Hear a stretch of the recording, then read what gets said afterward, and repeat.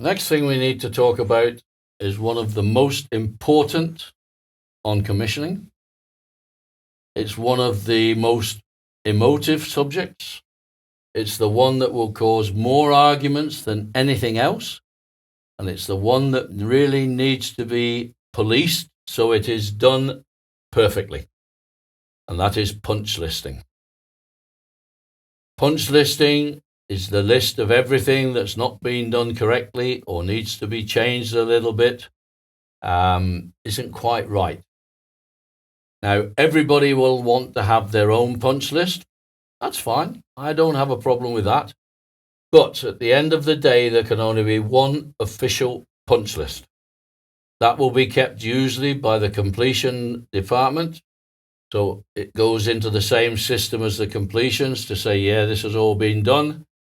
And then it will say it's been done, but there are a couple of things, paint has been scratched, something has been broken, something been bent, something is missing. These are your punch list items. First thing that you need to make sure of is that the company you are working with, the client, has a punch list criteria. Normally you have A, B, and C. A items, for example, when you're doing a mechanical completion certificate, you cannot have any A items on that certificate because an A item is a safety problem, or it means you cannot go ahead with commissioning or operations. So that must be fixed before construction is finished. It might mean there's a piece of pipeline missing, might mean there's a valve been missed out, anything like that. That's A items.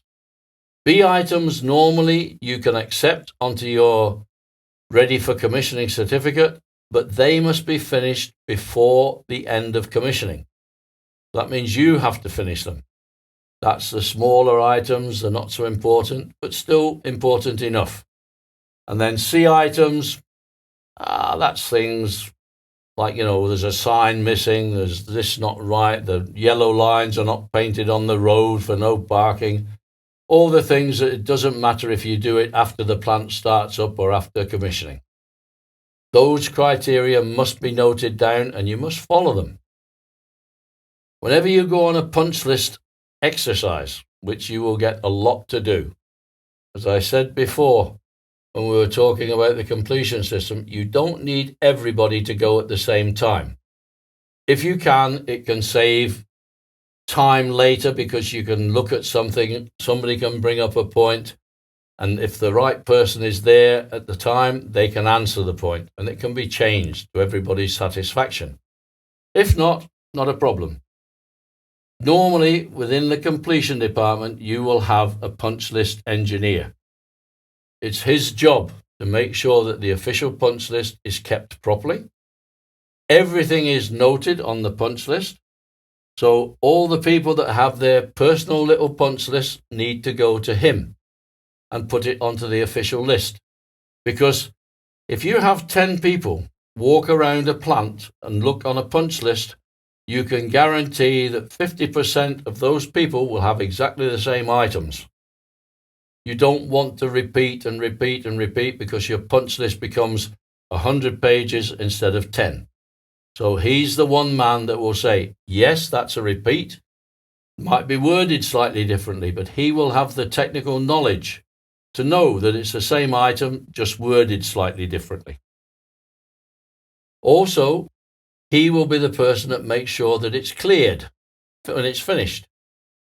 And my own personal criteria is that the person that makes the comment that says something is missing or something's not right is the only person that can tell the punch list engineer, it's okay, it's been fixed, you can take it off the punch list now. Each certificate, the ready for commissioning or the operations certificate, the ready for commissioning and the mechanical completion will each have a punch list associated with it. They must be cleared. All those certificates, all those punch lists are kept in the hard copy dossiers. So somebody, if there's a problem later on, can go back over the books.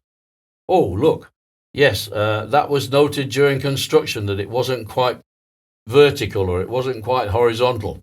Why wasn't it fixed then? And the questions can be asked. So be sure that you are very meticulous on your punch listing. Don't write nice wish lists. We would all love a nice sugar-coated pink and white striped plant, but it doesn't work like that. Too expensive. Yellow paint is far cheaper to buy because there's millions of gallons all over the world, as I'm sure you have noticed. No wish lists. Make it sensible comments. The other point with that is if you make a lot of silly wish lists, you will get a bad name. People will say, oh my God, is he moaning again? And they won't take any notice when you do find something. Remember the story of Peter and the wolf? Try wolf enough times, nobody will listen, and then you get eaten up. You don't want to be somebody that's eaten up. You like that? Okay, yeah, I like it. No, but it's true though, Thomas. I mean, so many people, Oh, I told you the case we had. Thomas is laughing, but I had a case on an offshore platform where we had a new drilling rig, part of the platform. And the contract company came in and they were going to work for the client as a contractor. And there were 187 items on the punch list for the drilling rig. And then there was a deal done back in head office whereby no more client, no more contractor. You would get a lump sum to drill an oil well. $1 million, $2 million, whatever it was, but you had to provide all the people, all the equipment. You had to do the work, and when the well was completed and running, you got the money. And the punch list went down to 5 items. So there was obviously 182 nice wish lists. Maybe the cushion wasn't soft enough on the driller's chair or something. We don't need them. It takes time. It wastes people's time. Be sure, be correct, make sure that the jobs that need to be done are done.